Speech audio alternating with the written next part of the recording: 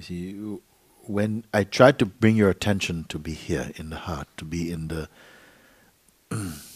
in the pure self, and when you speak or act from this place, it has a power in it. You see, it just has your presence carries a potency, a power there. No?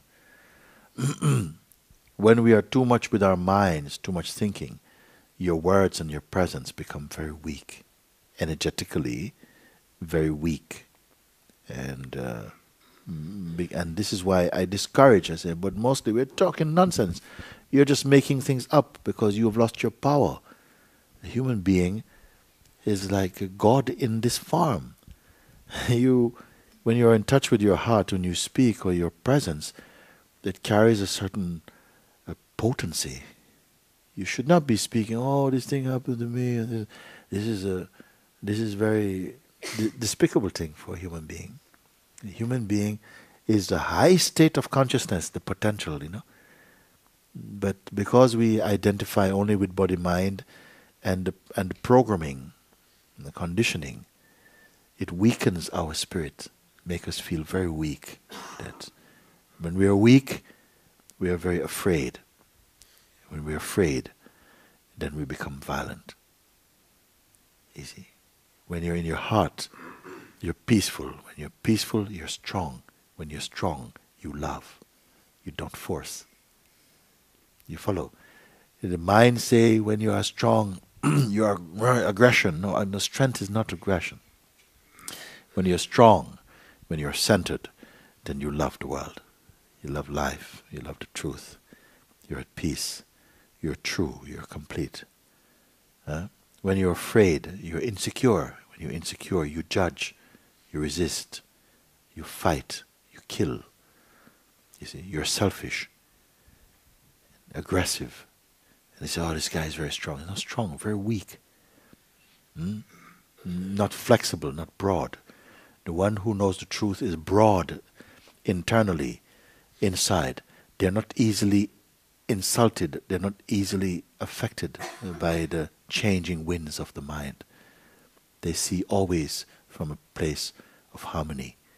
And they overlook many silly things. No, don't worry about it. Nothing. This is strength. This is your strength. You don't try it. No. This is too much. You understand? Please say yes.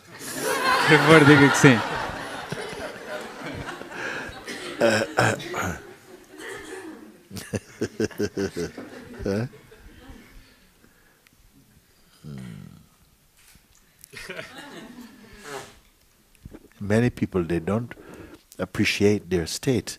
Sometimes their state is quite holy, quite high, but their mind is still looking for something in the world, and then you don't appreciate that your state was holy, and then they go looking for trouble.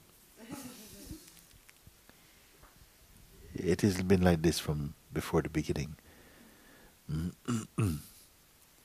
The perfection, the Lord's perfection, is inside every heart here, like that. But on account of culture and conditioning and so on, we adopted the mind as our guru, and which mislead. For a while it must be like that, it must play like that, until we mature through our own turbulence, through our own suffering. We mature, and you win back yourself. You win back yourself, You come home to yourself again. When you come home to yourself, you still not regret your life. You will see that everything in this life actually was a blessing, even in the difficult things. This is why I say that the life is beautiful. You are beautiful. Your heart beautiful. The mind has to do what mind has to do. Mind is also a servant of the life of God. Because when the pure being manifested as a person, then the mind aspect also came down to play as friend and enemy with you, and to test you, so that you grow, and you must overcome him. When you overcome him, you come home. And then you say, Mr. Mind, thank you for giving me so much trouble. Because the trouble you gave me helped me to grow. Because when I was very stupid, I was thinking I'm these things. And every time I think I was this thing, you bite me. And so I couldn't relax. I had to come out of myself. I had to find something that to get away from your bite, because your bite is so painful. You see? Mm-hmm.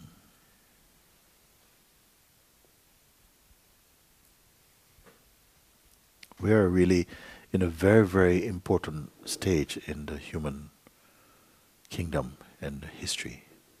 You know, I don't say this very lightly. A lot of changes are showing. For a long time I denied them also, but more and more coming. That some change, I'm not into some fantasy about it. But I feel that there's a strong urge to wake up out of sleep.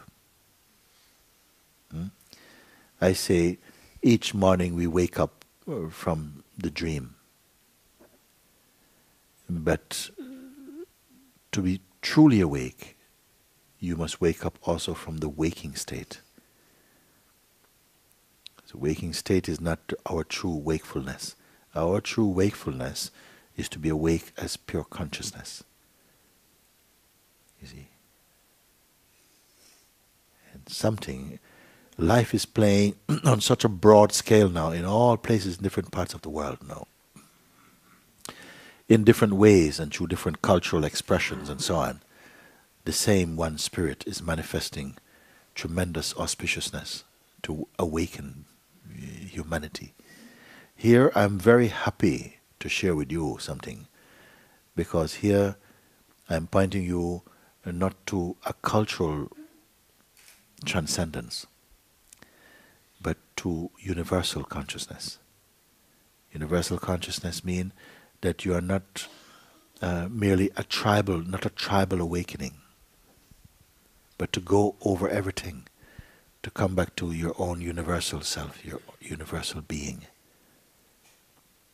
to be free of judgment, and to come into the pure waters of the self. It is so possible.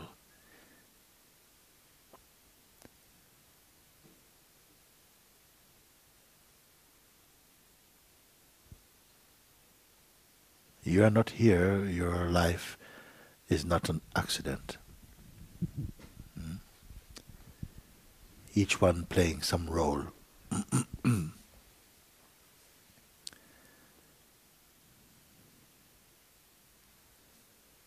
But 100% the pure spirit is in each body, awaiting recognition. But not waiting, it's not waiting.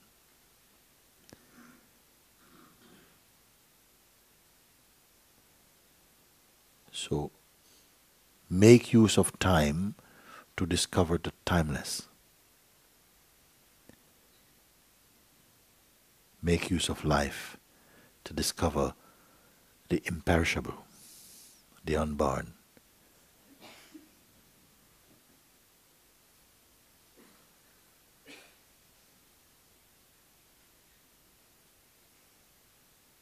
Make use of consciousness to discover the unchanging.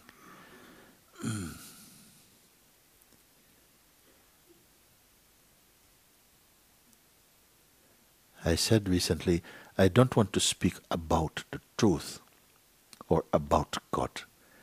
Because when you speak about something, it's because it's not here. You see? If you are here, I can't speak about you, you're here.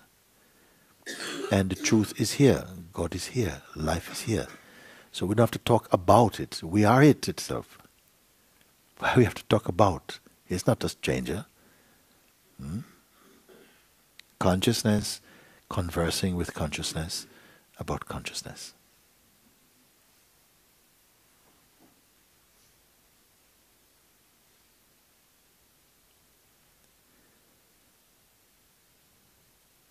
So So this is invitation to come into our own golden age.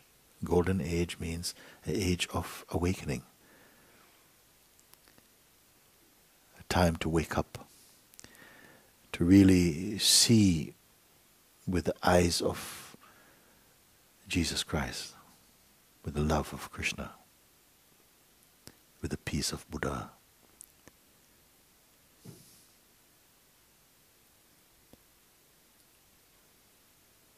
Our spirit is that. Our spirit is that. Our self is that. I am not paying you any compliments when I say that.